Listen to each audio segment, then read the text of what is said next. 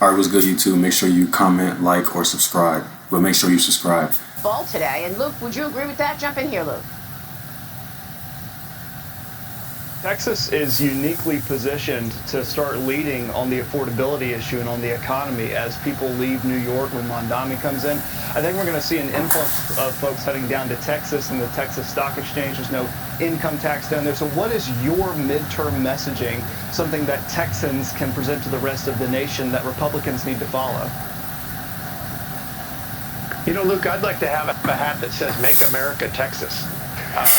People vote with their feet. That's why Florida, Tennessee, and Texas are growing, and that's why California, Illinois, New York, New Jersey, and states like that are bleeding jobs and opportunity.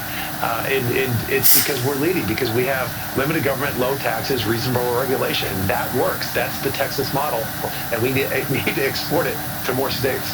Well, it's interesting because you look at a major hirer like J.P. Morgan, and J.P. Morgan, a largest bank, has more employees in Texas than it does in New York, and you're seeing increasingly companies recognize what's going on in low tax states and why it's better for business.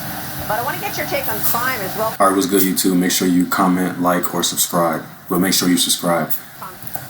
Yep, and that's exactly what they're trying to do here in South Carolina, right? The Republicans are trying to lower the income tax. And the thing about that is, and this is what really bothers me, right? Anybody who's ever went out and done anything on their own, they know things take time, right? They know things take, especially in politics, things take time, right? Sometimes you have to suck it up at first to get a good outcome in the end, right? And that's the thing with the tax bill that they're trying to pass they passed in South Carolina, right? Where we want to lower it, right? We want to lower our taxes. But in the beginning, yeah, there might be some fluctuation where, some people may have to pay a bit more in the beginning, but that's what you have. I mean, like, you got to think you have to be able to balance out what we already have and what you're trying to implement, right?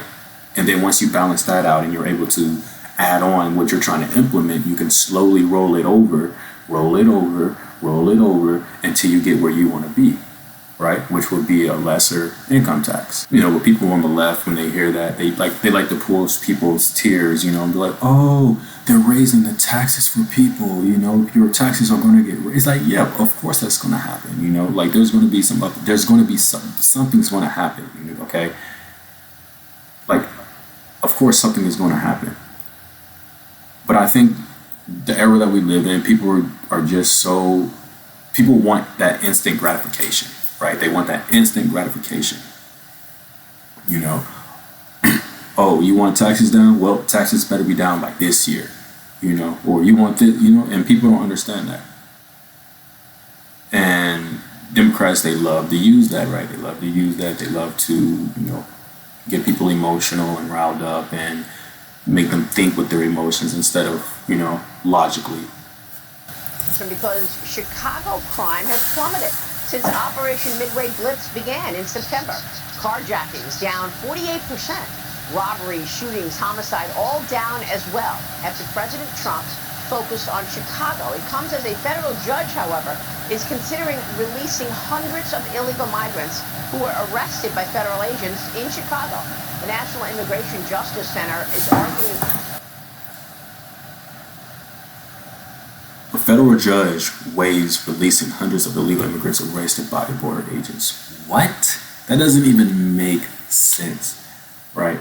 That doesn't even make sense. It really doesn't. It really doesn't make sense at all. And what else doesn't make sense is crime. Why are these blue states so against actively prosecuting people who commit crimes, right? We need tighter crime laws. We need stricter crime laws.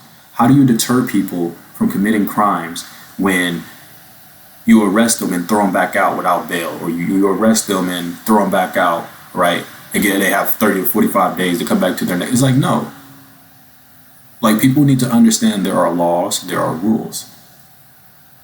There are ways to go about things, and then you have to follow those rules, right? Come on, you put out a pretty strong police force, Of course, crime is going to go down, right? People are intimidated, but it shouldn't be going this far for people to be intimidated. People should be scared to go to jail regardless, right? I know people who are not scared to go to jail. They don't mind going to jail. Yeah, this is just wild, right? So now you have gang members putting hits on police officers for doing their jobs, right? These are normal people. These are human beings out there who wake up in the morning. You know, some probably kiss their wives, some probably kiss their kids. You know, it's like they wake up, they put their uniform on, and they go out to work, right? They raise their hand and they swore to protect their city, their state, you know, their country, whatever the case may be. You know, but then you have people who, I have no idea. You know, I honestly think people just need to break down this one thing, right? Think about it like this, right? The people you're around influence you mentally, right? They mentally influence you, they physically influence you, right? You tend to be around people that either act like you, or you will be around people, or you will act like the people that you're around, right? A society is nothing but a group of people, right? It's a connection of people, right? If human beings cannot connect with one another, right, on a respectful, peaceful manner, a moral manner, right, then how are we supposed to be a society? How are you supposed to be a society when you have people blatantly going against the law, right? Come on. You have people, and this was one of the biggest things that Tom Homan said, right? He was like, look, if y'all keep on saying all this crazy stuff, y'all keep pushing this far left rhetoric, right, people are going to get hurt. People are going to get hurt. You already see they're putting out these people's addresses. They're putting out TikTok videos, Instagram reels, whatever, you know, of them following officers home after they get off of work. You know, like, these are just normal people who decided that they would go out and spend their life protecting other people, right?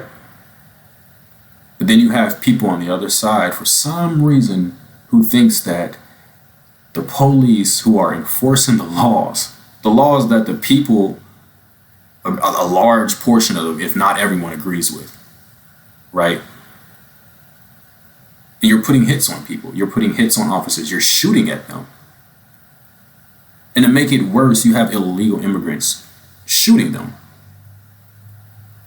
Like that blows my mind. It blows my mind.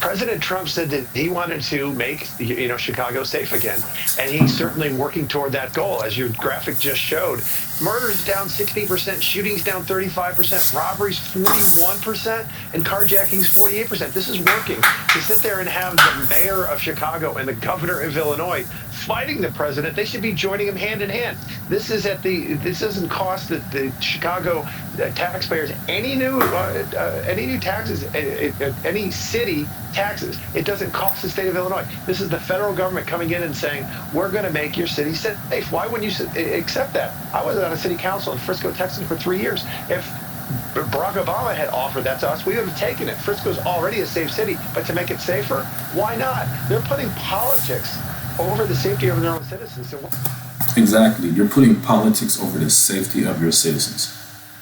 No person in their right mind, right?